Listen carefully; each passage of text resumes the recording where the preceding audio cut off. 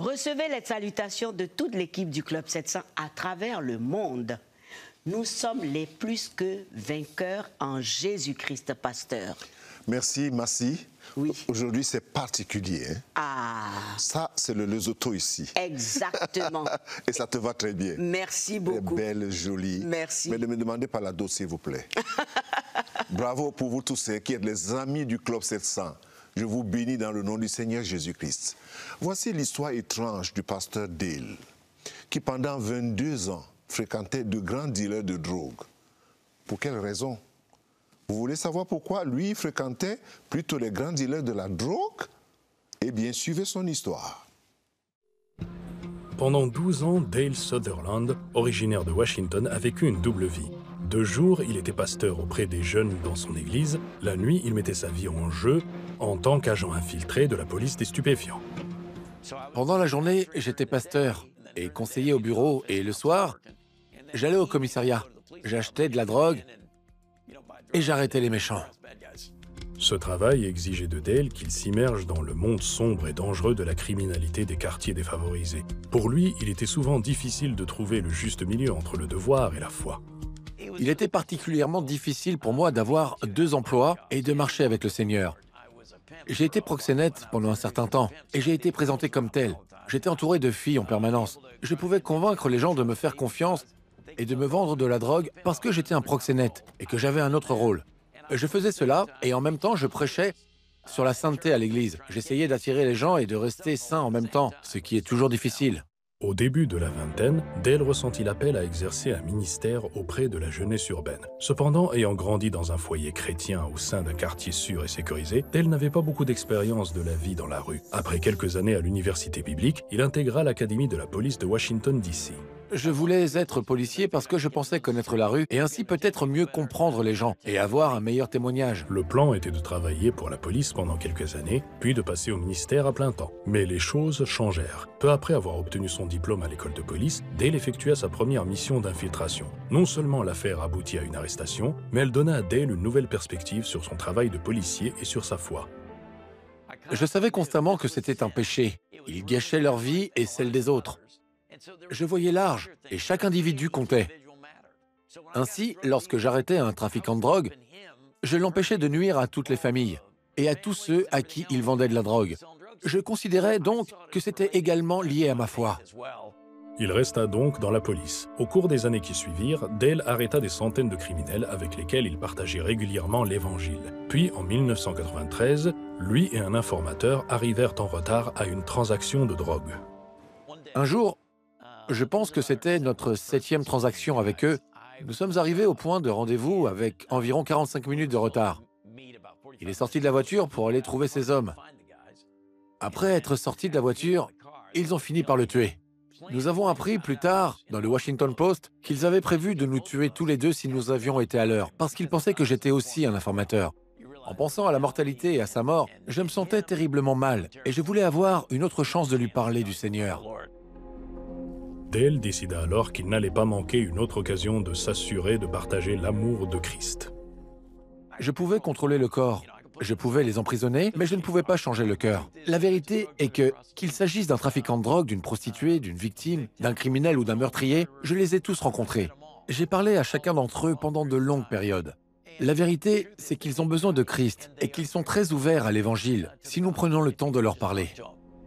Si beaucoup de ceux qu'il a arrêtés ont rejeté son message d'espoir, d'autres ont fini par trouver la foi en Jésus-Christ. C'est le cas de Ravier, un ancien trafiquant de drogue. Je voulais sortir de là. J'ai commencé à dire « Dieu, je ne veux plus faire ça. Je ne veux pas mourir en vendant de la drogue. » Au bout de 3 mois, je me suis fait arrêter et c'est là que j'ai rencontré Dale, ce gars des narcotiques. Il a commencé à me parler de Jésus et a tout changé dans ma vie. Nous sommes devenus de bons amis et nous travaillons même ensemble dans le ministère aujourd'hui. Après 12 années de travail sans couverture, Dale a eu l'occasion de devenir pasteur de jeunesse à plein temps. Pendant 12 ans, il a concilié les 2 emplois. Le mercredi soir, j'allais parler au groupe de jeunes. Et le mercredi, je faisais une arrestation. Je me rendais alors directement à l'église et je leur parlais de l'arrestation. Je leur expliquais le rapport avec quelque chose, j'espère dans leur vie, pour les aider à mieux comprendre la parole de Dieu. Après 22 ans de service, Dale prit sa retraite. Aujourd'hui, il est pasteur associé dans son église locale de Washington, D.C. où il s'est fait connaître sous le nom de pasteur sous couverture. Il est également le fondateur de Code 3, une organisation à but non lucratif qui propose des formations et des programmes à la police et aux citoyens afin qu'ils puissent travailler ensemble à la construction de communautés plus sûres et mieux connectées. Son objectif de partager l'Évangile reste le même. Ce qui compte, c'est que je prêche l'Évangile. C'est ce qui compte vraiment. La seule chose qui compte, c'est que je puisse atteindre plus de gens pour Christ, pour l'éternité. C'est pourquoi je dis maintenant que nous avions l'habitude d'enfermer les gens et que nous essayons maintenant de les libérer. L'histoire de ce pasteur me fait penser à ce que Paul disait souvent, qu'avec les païens, il se comporte comme les païens, avec les barbares, comme... Il s'identifiait à eux, rien que pour les gagner à Christ. Par l'Évangile. Oui, oui. En fait, lorsqu'on lit le parcours de Paul, ce qu'on dit souvent, le parcours paulien dans la théologie, Paul s'identifiait au groupe de personnes qu'il rencontrait, avec les barbares ou avec ceux qui connaissent Christ. C'est-à-dire qu'il se met avec eux parce qu'il voulait les gagner au Seigneur Jésus-Christ. Voilà, pas prendre leurs mauvaises habitudes. Non. En fait, il venait avec Christ pour eux, dans leur milieu. Et c'est ce que pasteur Dale a fait. D'être au milieu des dealers pour apporter la bonne nouvelle. Toujours. Il s'identifiait à eux parce qu'il sentait comme... Ce sont des gens souvent qui sont comme des rejetés. Ils sont mal lus. On les lit mal. Mais il faut dire que ça pouvait être très dangereux pour lui de faire ça. Il faut vraiment être appelé pour faire ça. Massi, quand on veut servir le Seigneur, on est un condamné à mort déjà. C'est un risque. Prêcher l'Évangile... Le cabri mort. Voilà. La prédication de l'Évangile, c'est aussi nous mettre à une vie de risque à certains moments. C'est pour ça que Paul pouvait aller dans ces endroits et le pasteur avait compris que c'est le même message. C'est très important, les amis. Et pour nous, vraiment, c'est très encourageant et c'est très bénissant lorsqu'on voit des gens qui vivent pour la cause de l'Évangile. Ne nous quittez pas. À tout de suite. Savez-vous que vous pouvez suivre le Club 700 à n'importe quelle heure, où que vous soyez ? Le Club 700 est accessible 24 heures sur 24 sur notre chaîne YouTube, Facebook, Instagram et Twitter. Vous y trouverez les méditations du pasteur Kofi et de Massi Domingo, ainsi que des témoignages exceptionnels qui vous encourageront au quotidien. Là où vous êtes, laissez le Club 700 vous édifier et vous fortifier pour la journée.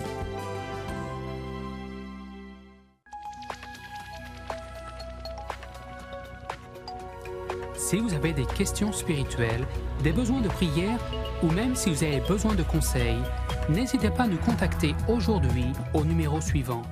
Nos conseillers sont là pour vous aider. N'oubliez pas, nous sommes là pour vous.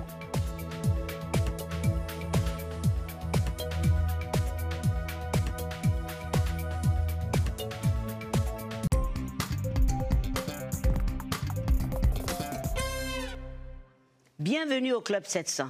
Nous savons tous que le problème d'identité et d'estime de soi est un mal qui ronge beaucoup. Comme Andrew. Andrew, à cause de ce qui s'est passé dans son enfance, s'est retrouvé en prison. Une souffrance et perte de temps.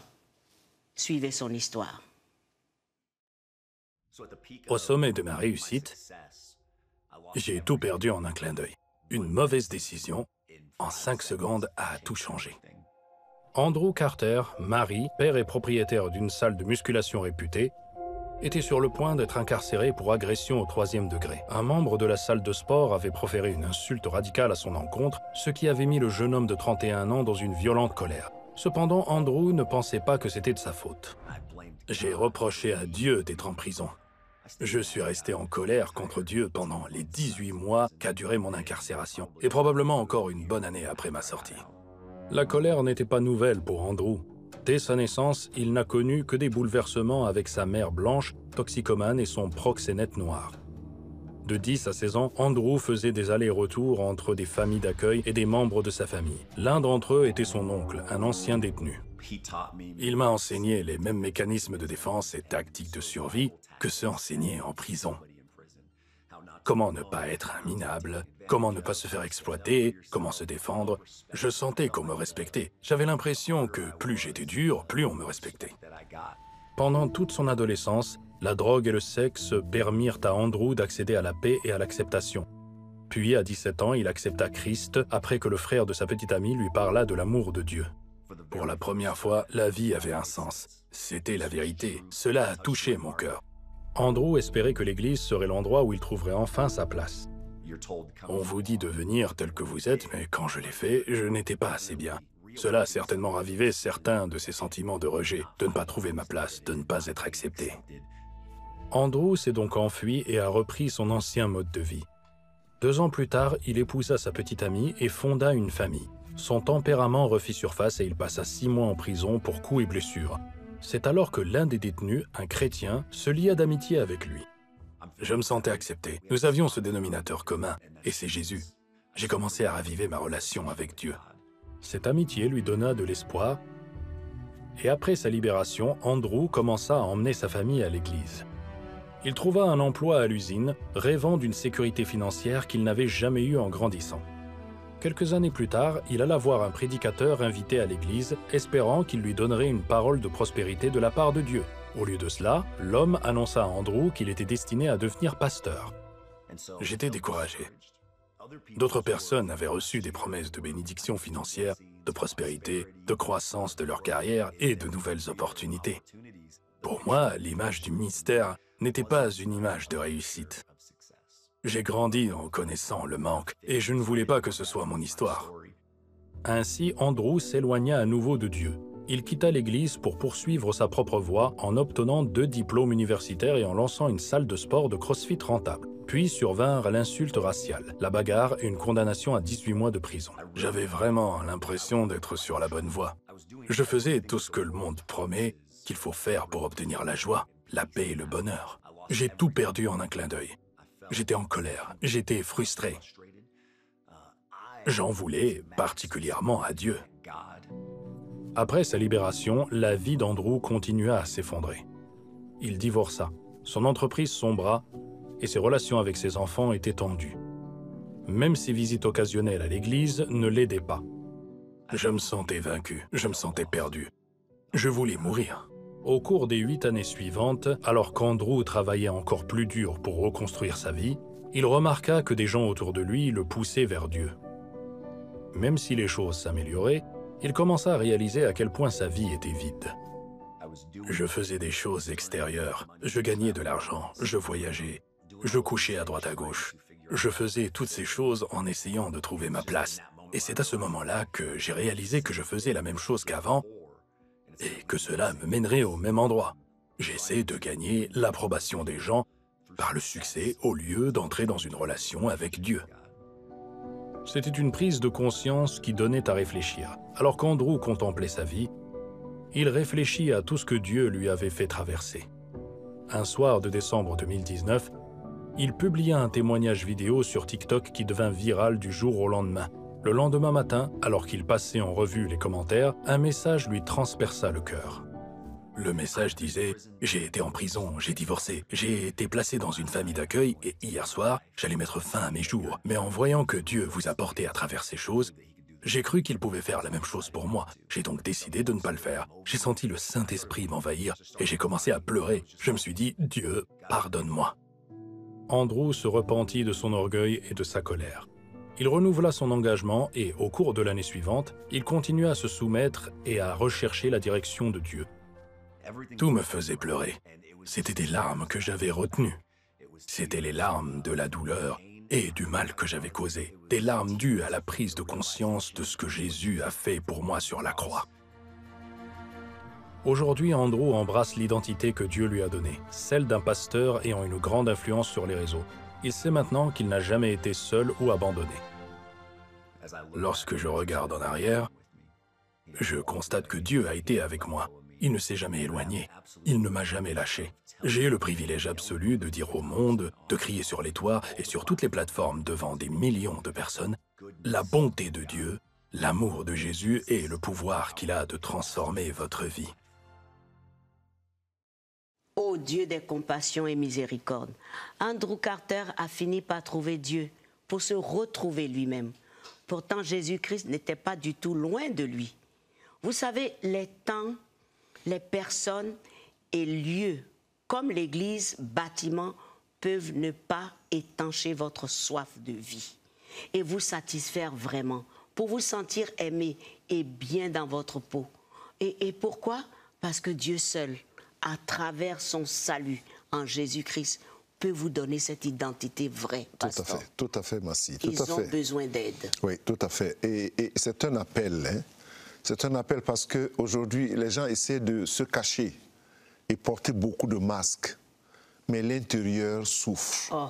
L'intérieur est vide. Oui. Et lorsqu'on se tourne vers le Seigneur, c'est là où on trouve le réconfort. Enfin. Et cette prière de dire que, Seigneur, certainement quelqu'un qui est là en train de me suivre en ce moment. On va prier. Que le Seigneur te rencontre. Oui. Que le Seigneur te guérisse. Absolument. Dans tes douleurs, dans tes frustrations. Oh, et que beaucoup de masques tombent. Trouve ta paix dans le Seigneur Jésus-Christ. Jésus. Je prie pour quelqu'un en ce moment qui est en train de suivre ce témoignage. Oui, Seigneur. Et qui soit guéri au nom de Jésus. Amen. Notre prière est pour toi. Sois béni au nom de Jésus. Amen, alléluia. Amen. Amen. Merci beaucoup. Amen. Faire confiance en Dieu, parce que c'est le seul, le salut réel pour l'identité vraie. À tout de suite, ne nous quittez pas.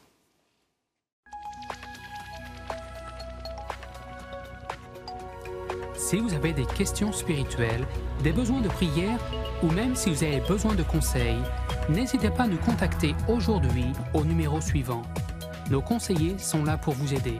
N'oubliez pas, nous sommes là pour vous.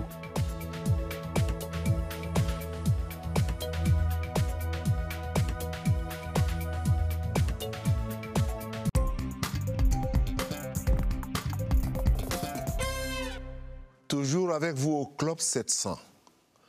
Le salut véritable ou bien une illusion? C'est la question qu'on se pose, ou que je me pose. Vous savez, vous vous trompez si vous pensez que votre vie résistera à l'épreuve du déluge du jugement divin. Vraiment, vous allez vous tromper. La chose la plus importante est de nous rappeler qu'il y a un enfer et un paradis. Quoi qu'on ne veut pas aujourd'hui parler de l'enfer, mais nous on en parle. Et que vous passerez votre éternité soit au paradis, soit en enfer. Et de savoir qu'il y a un choix et qu'il existe un moyen d'éviter l'enfer. Et c'est le message le plus important que l'on puisse jamais donner ou faire entendre à tout être humain qui vit dans notre monde-ci aujourd'hui. Nous vivons de manière consciente et personnelle et intelligente. Et nous vivrons pleinement conscients de chaque détail de notre existence. Nous penserons et nous mettrons à un niveau qui dépasse de loin le plus existant et le moment le plus excitant de la vie ici-bas. Et nous serons pleinement conscients de chaque détail de l'expérience éternelle du paradis ou de l'enfer.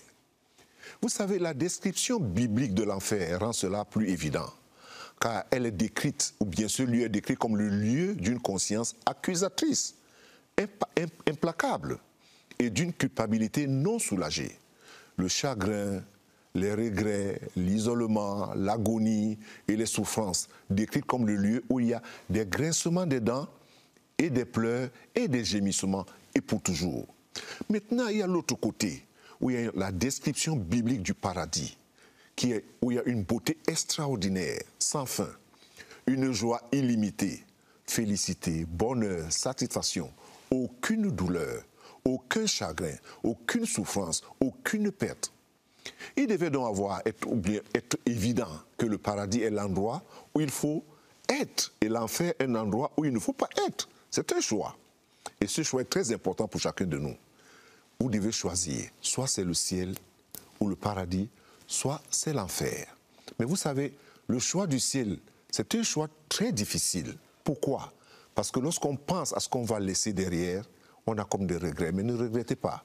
Il y a beaucoup de gens qui se trompent tout simplement, et même avec toute la sincérité, parce qu'ils pensent que ce qu'ils ont laissé derrière, c'est une perte. Non, ce n'est pas une perte. Gagner le ciel, c'est gagner Dieu. Est-ce que tu veux prier avec moi? Seigneur Jésus, je veux le ciel avec toi en ce moment. Viens dans ma vie, Seigneur. Pardonne-moi mes péchés et change ma vie. Amen. Je crois que tu as été sincère et que c'est cette sincérité qui t'ouvre la porte du ciel. Que Dieu te bénisse. Amen. Amen pour la parole de Dieu, pasteur. Amen. Merci. Les amis, voici encore les bontés du Seigneur à travers Opération Bénédiction et vos dons. car Olga, qui ne pouvait plus voir du tout, courait souvent de gros dangers pour sa vie. C'était difficile, marcher seule, aller en brousse ou faire quelque chose. Elle avait besoin de voir, elle avait besoin d'aide urgente. C'était nécessaire. Regardez. Olga Lopez remarqua qu'elle ne voyait pas bien d'un œil. C'est alors qu'une personne de l'atelier où elle travaillait lui posa une question. Elle m'a regardé bizarrement et m'a demandé si je savais qu'il y avait quelque chose dans mon œil. Elle m'a dit que c'était un point blanc. Je suis allée voir et j'ai constaté par moi-même. À 33 ans, Olga souffrait d'une cataracte à l'œil gauche. Quelques mois plus tard, la cataracte s'est aggravée. Elle affectait Olga au travail. Beaucoup de gens entraient dans le magasin. Je les heurtais parce que je ne les voyais pas. Et la lumière me gênait. Un jour, alors qu'elle marchait dans la rue, elle ne vit pas un tuyau métallique dépassé d'une camionnette. Elle se retrouva à quelques centimètres de se blesser au visage et à l'œil. Le mari d'Olga était si inquiet pour la sécurité de sa femme qu'il lui demanda d'arrêter de travailler et de ne pas sortir seule. Elle a commencé à pleurer. Je l'ai consolée et je lui ai dit que j'allais couvrir tous les frais. Avec un seul revenu, il n'était pas possible de payer une opération des yeux. Je voulais me faire opérer pour pouvoir continuer à aider financièrement ma famille. Le salaire d'Éric n'était pas suffisant. Une semaine plus tard, Olga reçut un appel d'opération bénédiction. Un membre du personnel lui a dit que son cas nous avait été transmis par la clinique ophtalmologique. Au début, nous n'y croyions pas. Maintenant, nous avons de l'espoir. Opération bénédiction a permis à Olga de bénéficier d'une opération gratuite des yeux. Un chirurgien a remplacé la cataracte par une nouvelle lentille oculaire interne. Quand ils ont enlevé le patch, je lui ai dit de se couvrir l'œil pour savoir si elle me voyait vraiment. Et elle a dit que oui, elle pouvait me voir. Peu de temps après, elle put reprendre son travail. Les personnes qui ont financé cette opération sont une bénédiction pour nous. Je suis tellement heureuse et reconnaissante. Je vous remercie. Ah, les amis, eh bien, grâce à vos dons, chers partenaires, Obi a opéré gratuitement Olga. Elle voit bien et elle vous remercie de tout son cœur. Sa joie nous donne envie de continuer à aider sans hésiter, sans relâche. Et sans relâche. En fait, le rappel est une bonne chose. Oui. Surtout le rappel aux bonnes œuvres, aux bonnes activités, Oui. le rappel à regarder ce qui se passe au travers de nous, tout autour de nous, dans le monde, comme le cas de Olga. Il y a plusieurs Olga. Et ça fait toujours du bien de le rappeler. Oui. Ça fait partie, c'est pas de la pédagogie, mais ça fait quand même du bien de rappeler que, s'il vous plaît, participez avec les autres, avec nous. Voilà. Nous Olga voit bien aujourd'hui et à elle vous cause de remercie. vous. Vraiment, c'est très encourageant, Massi. C'est très encourageant. Et c'est bénissant, il faut le dire. Très bénissant. Tout à fait. Voilà. Donc, merci. Donc, il a tout dit et on va retrouver votre rubrique préférée maintenant, bien sûr, mais cette fois-ci, avec le sieur Michael, pour cette rubrique que vous attendez avec impatience, et le pasteur aussi d'ailleurs. Donc Michael, je commence par te saluer en te demandant si tu as beaucoup de questions pour nous. Je suis sûr qu'il en faut plusieurs. Alors je te salue Michael. Salut Massi, salut pasteur. Alors pasteur, voici pour la première question reçue.